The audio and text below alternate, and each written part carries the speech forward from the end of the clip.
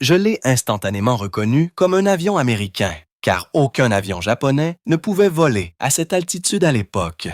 Un Juif a photographié son propre peuple train d'être assassiné, mais ne pouvait pas dire qu'ils étaient Juifs. Pendant ce temps, un vendeur de mouchoirs a secrètement documenté le Paris nazi et est mort dans un camp de concentration pour cela. Au même moment, des photographes de mode rampaient dans les camps de la mort, tandis que les rédacteurs-chefs refusaient de publier ce qu'ils voyaient. Plus étrange encore, une photo montrait 11 hommes déjeunant sur une poutre de gratte-ciel, mais c'étaient des acteurs engagés pour la publicité. Et ce n'est que le début. Ces photos ont été cachées, interdites ou truquées pendant des décennies. Aujourd'hui, vous verrez la vérité. Ils voulaient qu'elle soit cachée. Numéro 11. Fausse photo d'Ulysse S. Grant. Il est difficile d'imaginer, mais l'une des plus célèbres photos de la guerre de sécession était un mensonge complet.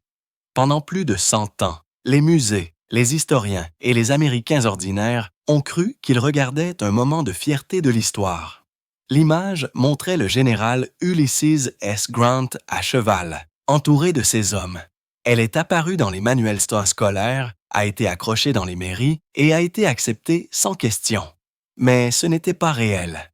Elle a été soigneusement construite à partir de 3 photographies complètement différentes assemblées vers 1902 par le photographe L.C. Handy. La tête de Grant provenait d'un portrait de juin 1864 pris à Cold Harbor, Virginie, où il se tenait à côté d'un arbre. Le corps sur le cheval ne lui appartenait même pas.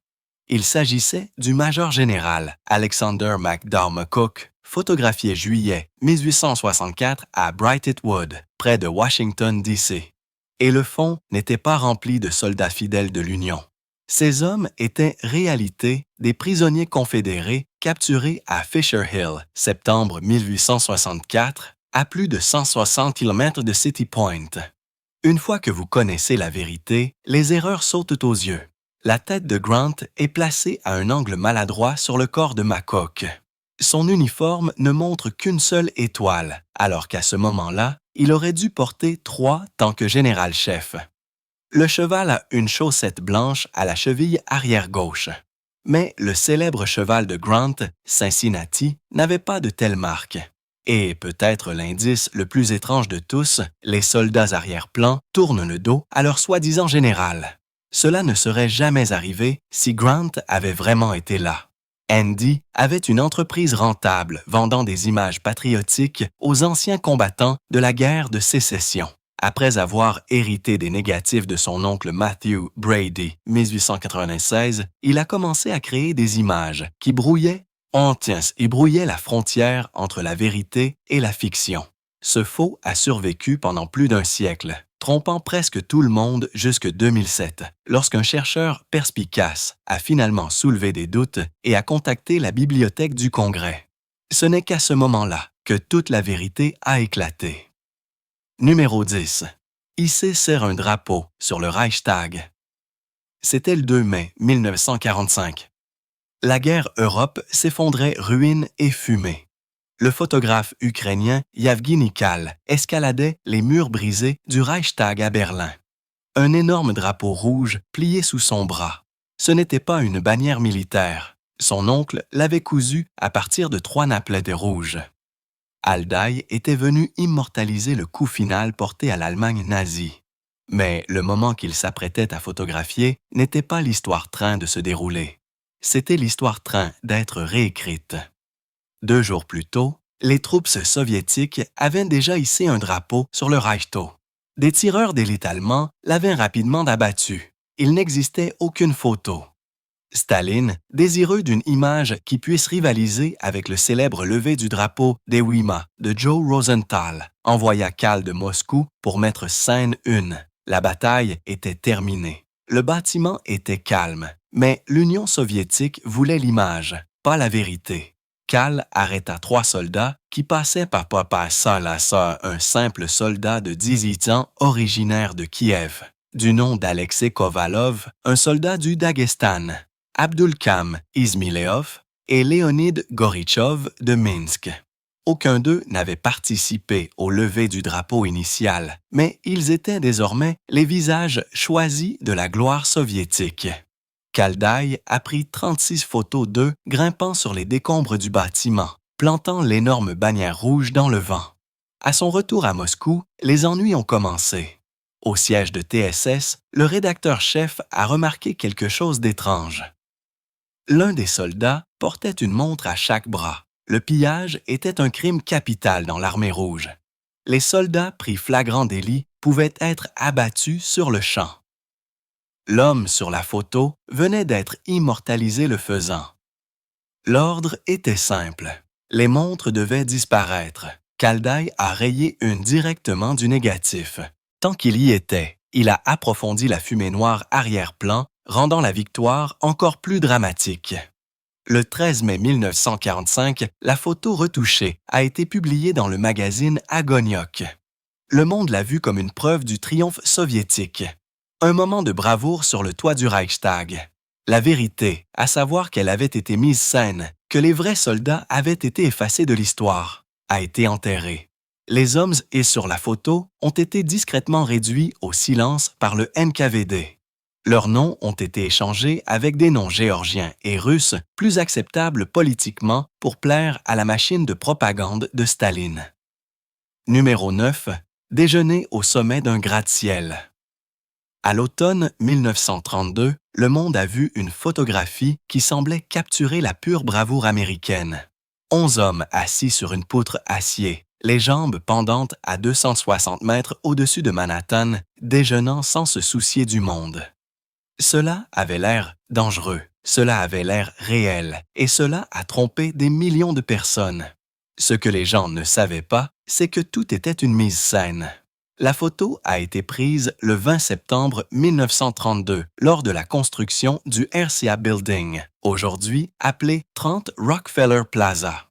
3 photographes, Charles Ebbets, Thomas Kelly, William Leftwich, étaient au 69e étage ce jour-là. Non pas pour documenter les travailleurs occasionnels pauses, mais pour mettre scène une série de photos publicitaires. Les hommes ont posé dans différentes scènes, faisant semblant de faire la sieste sur la poutre, jouant à attraper un ballon de football. Et la scène de déjeuner maintenant célèbre n'était qu'un des nombreux moments soigneusement planifiés destinés à promouvoir le Rockefeller Center presque terminé. Il existe même une autre photographie de la même session montrant les travailleurs dans des positions complètement différentes, prouvant que ce n'était jamais une pause déjeuner spontanée. Cette image est rarement diffusée, mais elle dépouille le mythe et montre la vérité. C'était du marketing, pas un miracle de courage. Lorsque le New York Herald Tribune a publié la photo de la poutre le 2 octobre 1932, ils n'ont même pas crédité le photographe et l'illusion est restée intacte. Les hommes sur la poutre étaient de vrais ouvriers du fer. Beaucoup d'entre eux étaient des immigrants irlandais comme Matty O'Shaughnessy et Sonny Glenn, mais ils ne prenaient pas une pause normale de leur travail. Ils ont été spécifiquement embauchés et placés là pour la séance photo. Certains experts pensent même qu'il pourrait y avoir eu un étage complet à quelques mètres dessous d'eux, ce qui rendrait toute cette image défiant la mort encore plus mise scène que quiconque ne l'imaginait. Pourtant, la photo est devenue le best-seller de Corby Image, surpassant les clichés légendaires d'Albert Einstein et de Martin Luther King Jr. Pendant 90 ans, elle a été considérée comme un symbole de courage et de détermination américain. Mais la vérité est bien moins romantique. C'était l'une des campagnes publicitaires les plus réussies de l'histoire. Numéro 8. L'ère de l'occupation nazie. À l'été 2022, une femme nommée Stéphanie Colo est tombée sur un vieil album de photos. Il contenait 377 photos noires et blancs. Les images étaient obsédantes. Elles montraient Paris entre 1940 et 1942, lorsque les troupes allemandes régnaient sur la ville. À cette époque, prendre des photos, sans autorisation, pouvait vous coûter la vie. L'homme derrière l'appareil photo n'était ni un soldat, ni un espion. Il était Romino, un vendeur de mouchoirs de 47 ans au grand magasin Elron. Tout juste 16 jours après que les troupes acides nazies aient défilé dans Paris le 30 juin 1940, il a commencé sa mission avec un petit Kodak Brownie 699. Il errait dans les rues. Il photographiait les soldats allemands sur les Champs-Élysées, les drapeaux à croix gammées drapés sur les hôtels et les affiches de propagande placardées sur les murs. Il a capturé les tranches vides des rues autrefois animées. Minet a développé plus de 1000 photographies utilisant le propre laboratoire photo du magasin. Au dos de nombreux tirages, il griffonnait des notes sarcastiques se moquant des occupants.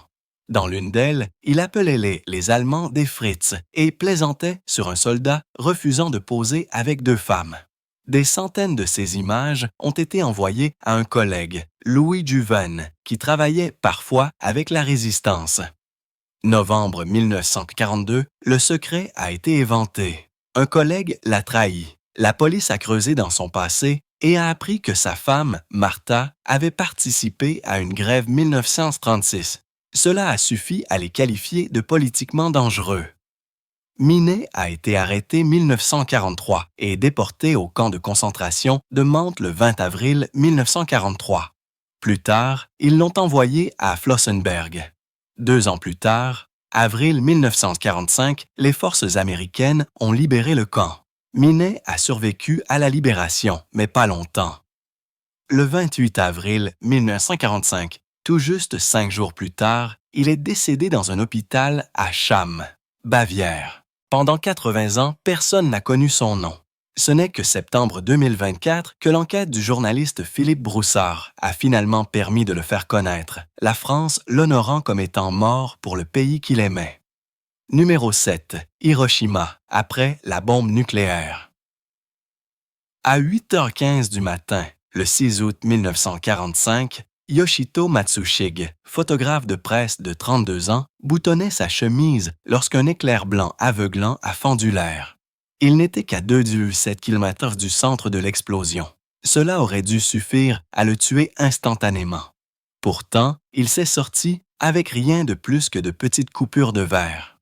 Il est sorti dans un monde qui ne semblait plus réel. Les bâtiments étaient brisés morceaux. Des incendies vacillaient dans toutes les directions. Les gens se déplaçaient comme des ombres, brûlés, saignants, la peau se détachant en lambeaux. Matsushige portait un appareil photo, 2 rouleaux de film et la formation pour les utiliser. Mais lorsqu'il a atteint le pont Miyuki, il s'est figé. Pendant 20 minutes, il est resté là.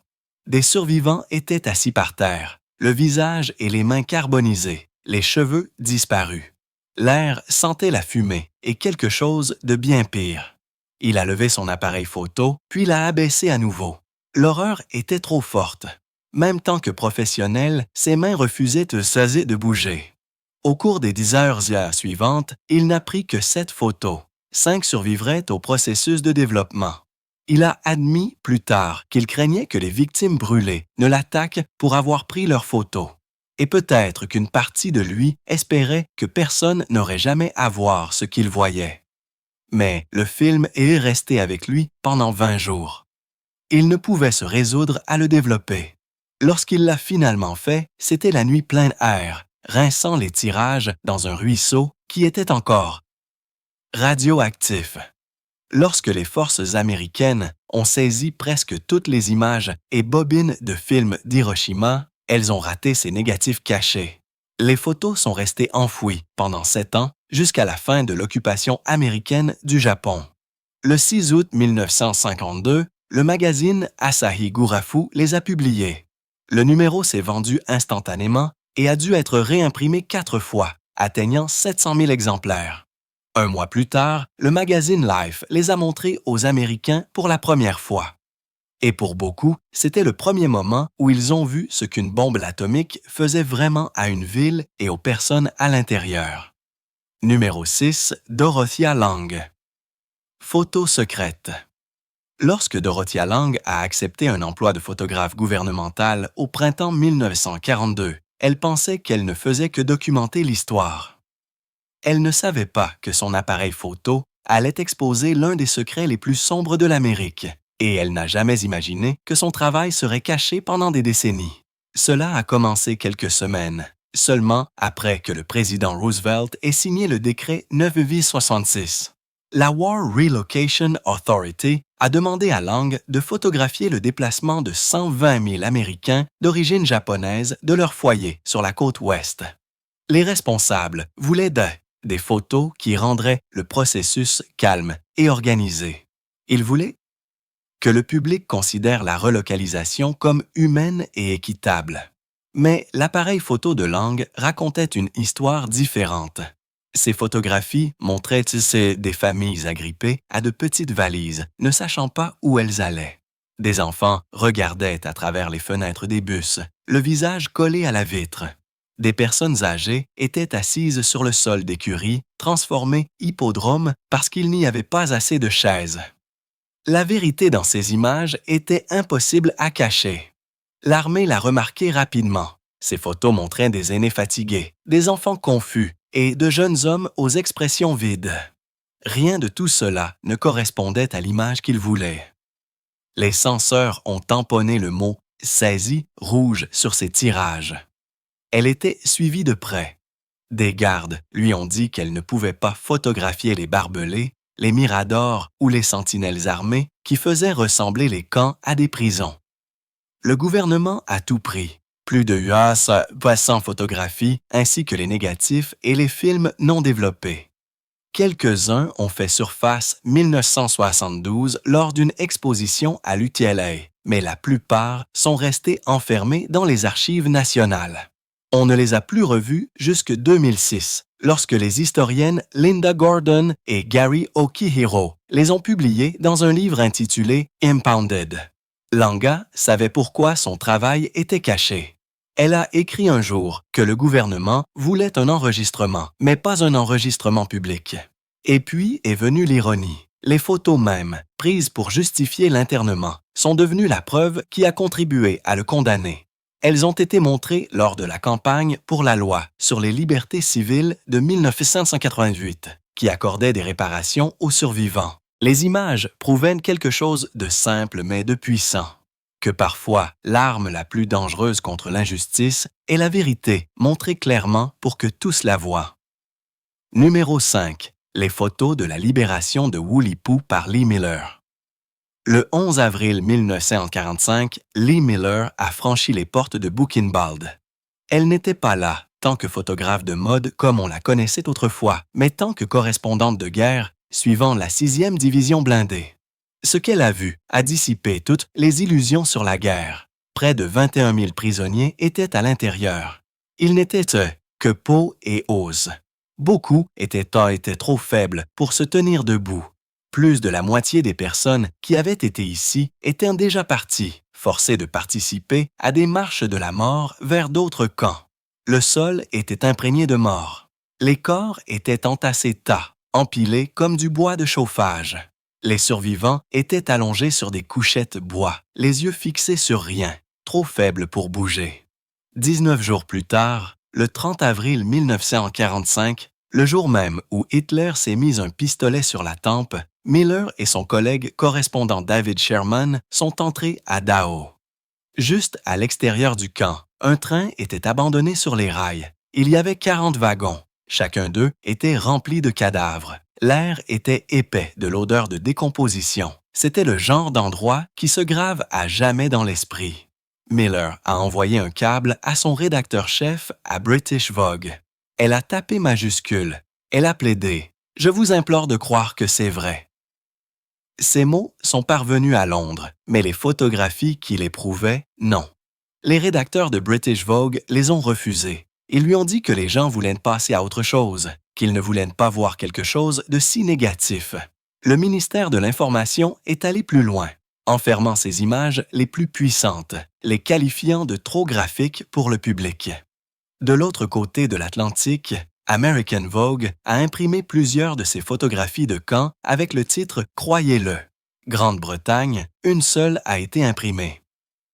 Ce soir-là, à Munich, Miller et Sherman sont entrés dans l'appartement privé d'Hitler, désormais occupé par les troupes américaines. Il était immaculé, intact par la saleté et l'horreur à quelques kilomètres de là. Dans un acte de rébellion silencieux, Miller est entrée dans la baignoire d'Hitler. Elle a laissé ses bottes de combat boueuses sur son tapis de bain blanc parfait, les mêmes bottes qui avaient Cynthia avait marché dans Das Sei quelques heures plus tôt. Sherman l'a photographiée là. La scène, à moitié provocante, à moitié surréaliste. La photo est devenue célèbre, mais les images qui comptaient le plus, celles qui disaient la vérité sur ce qu'elle avait vu, sont restées cachées pendant des décennies. La Grande-Bretagne avait décidé que l'horreur était mieux oubliée. Numéro 4. La manipulation de photos par Staline. Bien avant les ordinateurs et les logiciels de retouche, Staline avait quelque chose de bien plus troublant. Une armée de techniciens photos était assise dans des pièces faiblement éclairées, leurs bureaux couverts de scalpels, de pinceaux et d'aérographes. Ils travaillaient pendant des heures, parfois des jours, pour réécrire l'histoire, une photographie à la fois. Les outils étaient rudimentaires, mais les résultats étaient si convaincants que des millions de personnes ont cru aux mensonges pendant des décennies sans se poser de questions. Cela a commencé 1922 avec l'une des ruses les plus audacieuses de Staline. Une photographie est apparue dans les journaux soviétiques, le montrant assis à côté de Lénine, souriant comme un vieil ami. Vérité, Lénine avait qualifié Staline d'intolérablement grossier et capricieux, et avait même suggéré qu'il soit démis de ses fonctions. Mais la photographie racontait une histoire différente. Les cicatrices de variole de Staline ont été effacées à la peinture. Son bras gauche difforme a été subtilement allongé, et il a été rendu plus grand, tandis que Lénine semblait s'estomper arrière-plan. Cette seule image a contribué à cimenter Staline tant que successeur choisi par Lénine. Et ce n'était qu'un mensonge. Au fil des années, les mensonges sont devenus plus sombres. Entre 1934 et 1938, pendant la Grande Purge, 750 000 personnes ont été tuées. Ceux qui sont tombés disgrâce n'ont pas seulement disparu de la vie, ils ont disparu de l'histoire. Léon Trotsky, autrefois un personnage clé de la Révolution, a été effacé de photographie après son exil 1929. Et peut-être le cas le plus glaçant a été celui de Nikolai Ijov, le propre chef de la police secrète de Staline. Il avait supervisé d'innombrables exécutions, mais après sa propre exécution 1940, il a été soigneusement retiré d'une célèbre image du canal Volga de Moscou. L'espace vide où il se tenait autrefois a été remplacé par rien d'autre que de l'eau ondulant. Cette manipulation n'était pas seulement faite par le personnel de Staline. Les gens ordinaires ont commencé à le faire eux-mêmes. Les citoyens découpaient des visages dans leurs propres photos de famille ou les noircissaient à l'encre de Chine. Une seule image interdite pouvait signifier l'arrestation ou la mort. Les gens détruisaient leurs propres souvenirs, non pas parce qu'ils le voulaient, mais parce que la peur ne leur laissait pas le choix. Le contrôle de Staline est allé au-delà de la censure. Il a fait effacer le passé aux gens de leurs propres mains. Numéro 3. Composite d'Abraham Lincoln. Le portrait d'Abraham Lincoln, qui, pendant près d'un siècle, a orné les billets américains de 5 $ n'était pas ce qu'il semblait être. Il ressemblait à l'image parfaite du grand émancipateur, calme, digne et présidentiel. Mais c'était un truc. La tête appartenait à Lincoln. Le corps, cependant, provenait de John Calhoun, l'un des plus fervents défenseurs de l'esclavage dans le Sud. Dans la plus tordue des coïncidences historiques, l'homme qui a mis fin à l'esclavage a été montré portant le corps de l'homme qui s'est battu pour le protéger. La tromperie a commencé 1865. Juste après l'assassinat de Lincoln, le pays était désespéré de trouver des images nobles de son chef déchu. Les gens voulaient se souvenir de lui comme d'une figure forte et stable. Un imprimeur new-yorkais du nom de William Pate a décidé de leur donner exactement cela, même si cela signifiait tordre la vérité. Il a pris la tête de Lincoln d'une célèbre photographie de 1864 d'Anthony Burgher et l'a soigneusement placée sur une gravure de Calhoun de 1852 par Alexander Ritchie. La correspondance était parfaite. La pose rigide et formelle de Calhoun a fait de Lincoln le président héroïque dont les gens voulaient se souvenir. Mais Pat ne s'est pas arrêté là. Dans la gravure originale de Calhoun, des documents étaient posés sur le bureau devant lui, remplis de phrases comme Constitution stricte, libre-échange et souveraineté des États. C'étaient les slogans d'un homme défendant l'esclavage. Haïti les a changés pour lire Constitution, Union et Proclamation de la liberté. Le résultat était saisissant. La propagande pro-esclavagiste de Calhoun avait été transformée symbole de la liberté de Lincoln. Pendant plus de 100 ans, personne ne l'a remarqué. L'image est apparue dans des livres d'histoire, sur des murs et même sur la monnaie américaine. De 1914 à 2007, des millions de personnes ont porté le portrait dans leur portefeuille, croyant qu'il s'agissait d'une image authentique de Lincoln. La vérité n'a éclaté que 1970, lorsque l'archiviste de la Bibliothèque du Congrès, Milton Kaplan, a exposé la falsification dans un article universitaire. À ce moment-là, le faux portrait était devenu l'une des images les plus largement diffusées de l'histoire américaine. Numéro 2, la collection illégale Oui d'Amsterdam. Novembre 1954, les rues d'Amsterdam ont changé. Les autorités allemandes ont déclaré que personne ne pouvait plus prendre de photos. Les appareils photos ont été interdits dans les lieux publics, mais 14 photographes ont décidé qu'ils ne laisseraient pas l'histoire être effacée. Ils se sont appelés l'Undergedoken Camera, la caméra souterraine. Ils ont travaillé secret depuis une petite cachette au Michelangelo-straat, 36, dans le sud d'Amsterdam. Le groupe était dirigé par Fritz Kallenberg, un cinéaste juif allemand, et Tony Van Renter, un combattant de la résistance. Ensemble, ils avaient une mission: enregistrer la vérité que les nazis voulaient cacher. Au fil du temps, ils ont capturé 8000 photographies interdites. Chaque clic de l'obturateur était un risque. Chaque image était un crime aux yeux des occupants. Pour rester vie, ils sont devenus des ombres. Ils ont utilisé de fausses identités comme Netherlands Art Chief et Central Bear Chief. Ils ne connaissaient même pas les vrais noms des uns et des autres. Un ami pouvait être un étranger pouvait être un espion. Les appareils photos étaient cachés dans des sacs à main, dans des porte-documents avec de minuscules trous pour les objectifs ou sous des manteaux épais.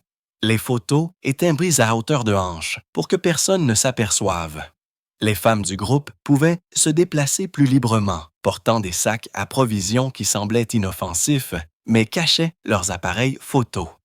L'électricité n'était pas fiable.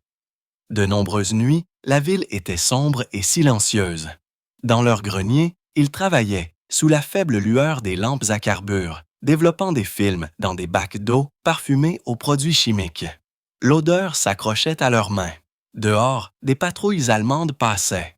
À l'intérieur, ils travaillaient sans parler trop fort, sachant qu'un coup à la porte pouvait signifier la fin.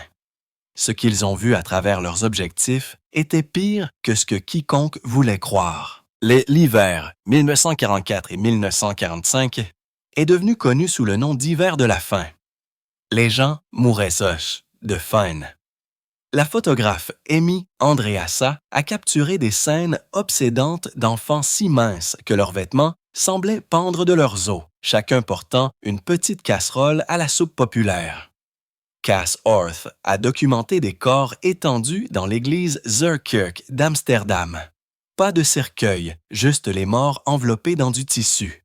Il y avait des images d'hommes et de femmes désespérés errant dans la campagne à la recherche de nourriture, échangeant leurs derniers biens contre un morceau de pain ou une poignée de pommes de terre. Certaines de ces photographies ont été passées contrebande à Londres. Elles ont atteint le gouvernement néerlandais exil, preuve des souffrances qui ne pouvaient être niées. Ces images ont contribué à faire pression pour des largages de nourriture par les Alliés, ce qui a sauvé d'innombrables vies. Lorsque la guerre a finalement pris fin et que la libération est arrivée, juin 1945, le groupe est sorti de l'ombre.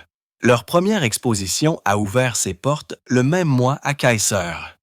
Les personnes qui avaient vécu l'occupation se tenaient silence devant les photographies, voyant leur propre lutte reflétée dans ces images.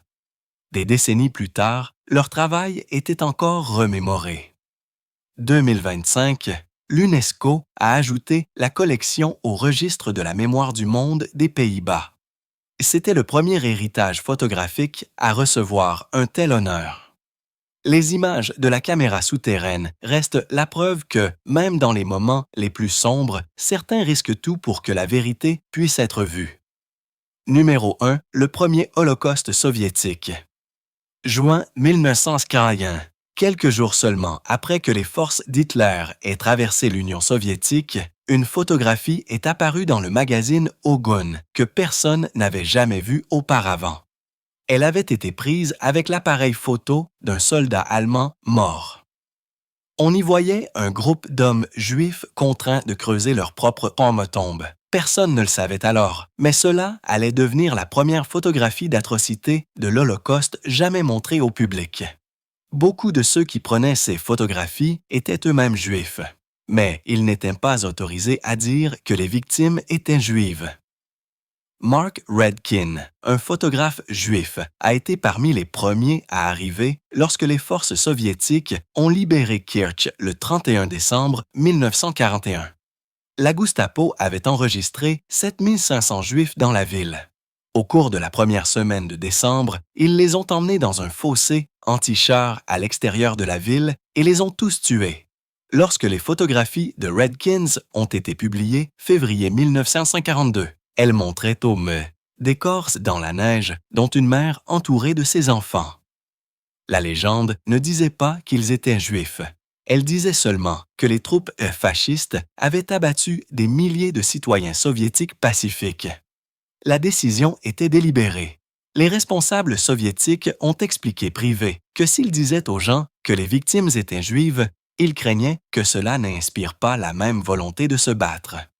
L'un d'eux a demandé « Pensez-vous qu'une bande de paysans russes voulait partir guerre à cause des Juifs ?»